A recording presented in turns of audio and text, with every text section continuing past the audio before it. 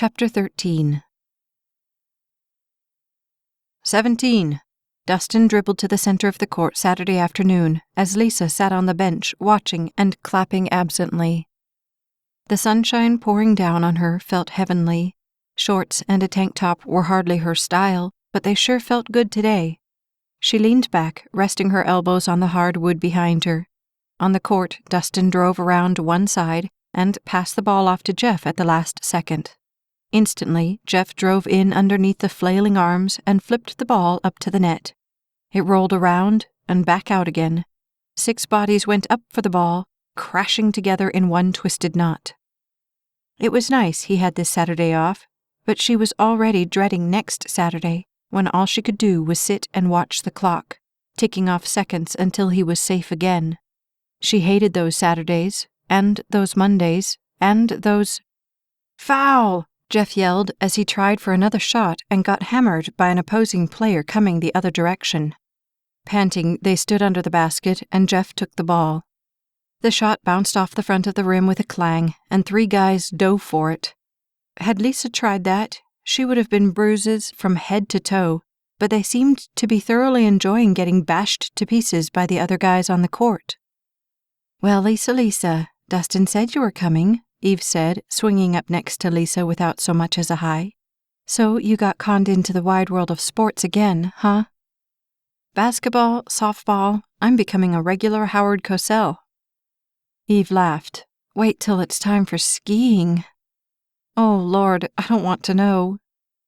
As the body-smashing game continued on the court, Lisa's gaze slipped back to it. Something about Jeff with no shirt on riveted her gaze to him so that she had to think it wasn't humanly fair to do that to a person. "So, how are things up north?" Eve asked. "Is Jeff behaving himself?" Lisa laughed at that. "Always. Me, on the other hand." Eve's gaze joined Lisa's on the court. "Basketball's so much better than softball." "I'm not arguing." From the top of the key, Dustin pulled up into a jump shot, and the ball swished through the net.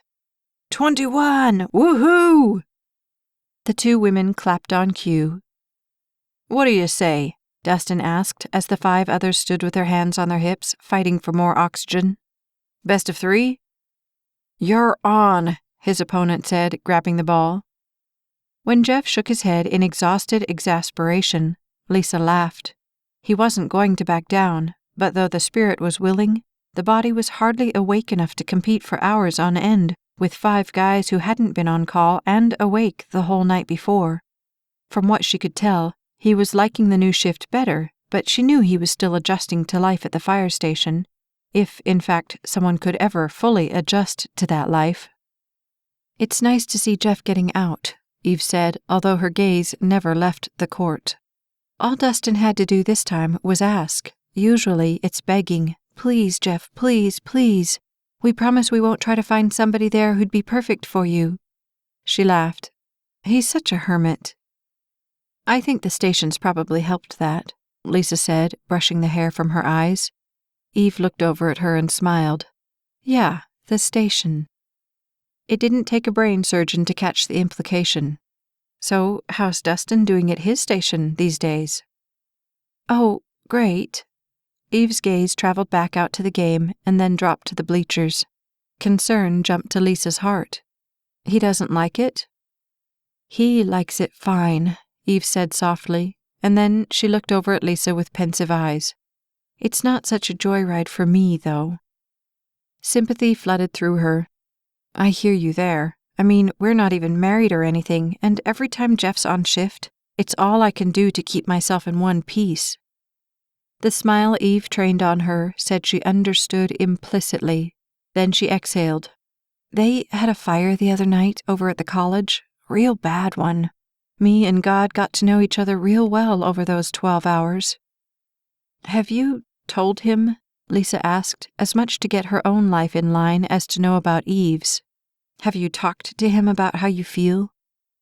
Slowly Eve shook her head. "It wouldn't do any good. I don't like to fight with him." She laughed softly. "Besides, that's part of the deal. If you love him, the job comes with it. That doesn't make it any easier, but that's the way it is. Lisa nodded, knowing in her heart how true that statement was. So, does he talk about it, the fires and stuff, when he comes home? No, Eve said, and the word was short.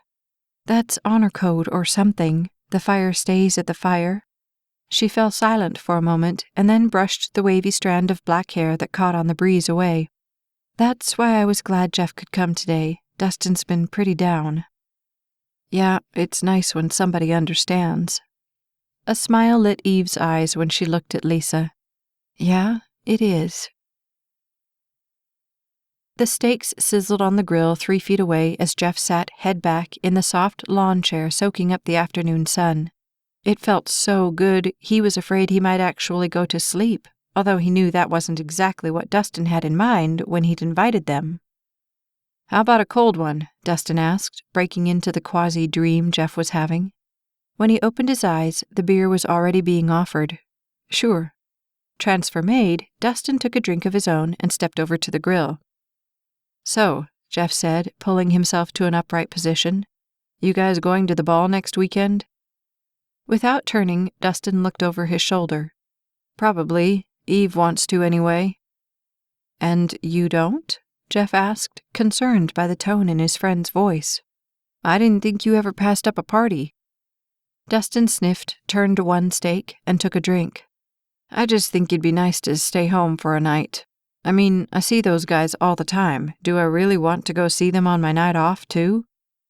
Slowly, Jeff stood and stepped over to the grill as orange flames shot into the air.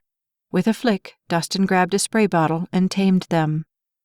I hear you there. Sometimes I think I'm going to go completely nuts if I have to spend one more minute at that station. The spraying slowed, as did the sphere of reality around Dustin. But you wouldn't trade it, right? His gaze trained on Jeff as if his friend suddenly possessed some miracle potion that could make all the bad disappear. No, I wouldn't trade it, Jeff said softly, but that doesn't mean it's easy. He watched as Dustin set the bottle down, picked up the brush, and put the barbecue sauce on. Dustin wasn't going to say it, but Jeff could see it in his friend's eyes. He shifted his weight slightly to get a better view. I read about the college. Dustin didn't look up. He didn't have to. We had 3 guys that almost didn't make it out. And you? I was backup. I was headed in right as things got totally out of control. There was hardly breath behind the words. They were lucky to get out. The look in Dustin's eyes froze Jeff's blood solid. I just keep thinking about Eve, you know, how if things had been just a little different, she'd be here all by herself right now. Of course, her parents would be here, but... Slowly Dustin shook his head, unable to get more words to come. Do they have someone at the station you can talk to? I did. He rubbed the edge of his nose. I don't know how much it helped, though. I think it always helps to talk about it, Jeff said, kicking the memories out of his mind even as he said the words. Softly, Dustin smiled. I know this has. Yeah, Jeff said, comprehending far more than he could ever put into words. For me, too. Honor code. That phrase was on a repeating loop in Lisa's brain as they drove back into the thick of the city hours later. She knew it. She understood it. She had lived it. Yet something about it still snagged in the spider web of her mind. You're awful quiet tonight, Jeff said as the darkness sped by them. Gently, he reached over and laid his hand on hers. Want to talk about it? Why didn't you tell me about the wreck? Lisa asked so softly the night almost swallowed the words. The wreck? His hand stiffened but didn't move. I did tell you about it. No, you said it was bad, but you never really told me what happened. Oh, well, there was this semi that jackknifed, and a car. No, I don't mean how it happened. I mean what happened after you got there. His hand slid off of hers and traced back over to his side, although his gaze stayed firmly outside the windshield. I think it's better if that stuff stays at work. Why? She asked, pursuing him even though she knew he didn't want her to. One brief glance and his gaze returned outside. Because you don't need that to deal with, and the less I think about it, the better. Her new reality was beginning to sink in. So, you're never going to tell me what happens out there? Just that it's bad, or kind of bad, or really bad? And I'm supposed to decipher the whole story from that? His gaze jerked over to her face, but it couldn't hold. There are things... Look, things happen out there that... He exhaled. You wouldn't understand. The words crawled through her. Is that what this is about? That I won't understand? Then help me understand. I want to know, Jeff. Although he was supposed to be watching the road, it seemed that his gaze was anywhere but there. After several long moments, he looked over at her, and his eyes were a mix of pain and pleading. Could we talk about something else, please? She knew how badly he didn't want to talk about it. What he couldn't know was how badly she did. Irritation dropped over her as she crossed her arms and slumped back in the seat. Sure. What do you want to talk about? The ball? As if grasping for the last thread before he fell off a cliff, Jeff lunged for that one. It starts at 7 on Saturday. I thought maybe I could pick you up 6 or 6:30. Her eyes fell closed as she stepped through the emotional door that slammed shut behind her. Fabulous. I need a huge favor, Jeff said Monday morning as he and Gabe went through the checklist of safety equipment. What's that? You remember you said you'd talk to Wade if I wanted you to? Yeah? Well, I guess I want you to. Gabe's eyebrows arched. You guess? For a second, Jeff thought about it, and then he exhaled. I'm prepared to beg, and I'll go as far as groveling if necessary. The skeptical look didn't leave Gabe's face. Why the sudden change of heart? Jeff shrugged. It was the least worse of two options. The goatee on Gabe's chin moved back and forth. Then I'd hate to hear the other option. But you'll do it? You'll talk to him? You'd better find yourself a tuxedo. We're all set, Jeff said over the phone Tuesday evening, his voice sounding breathless.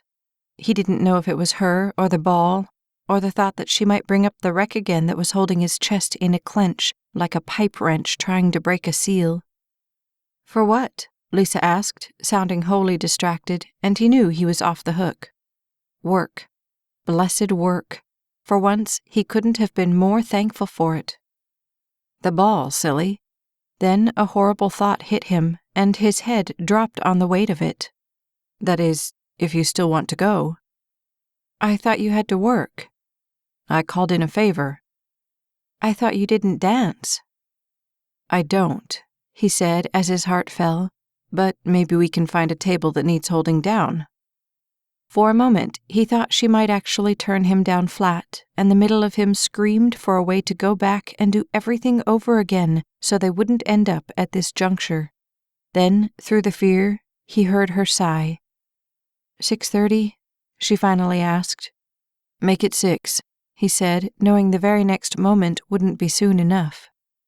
I'll be ready.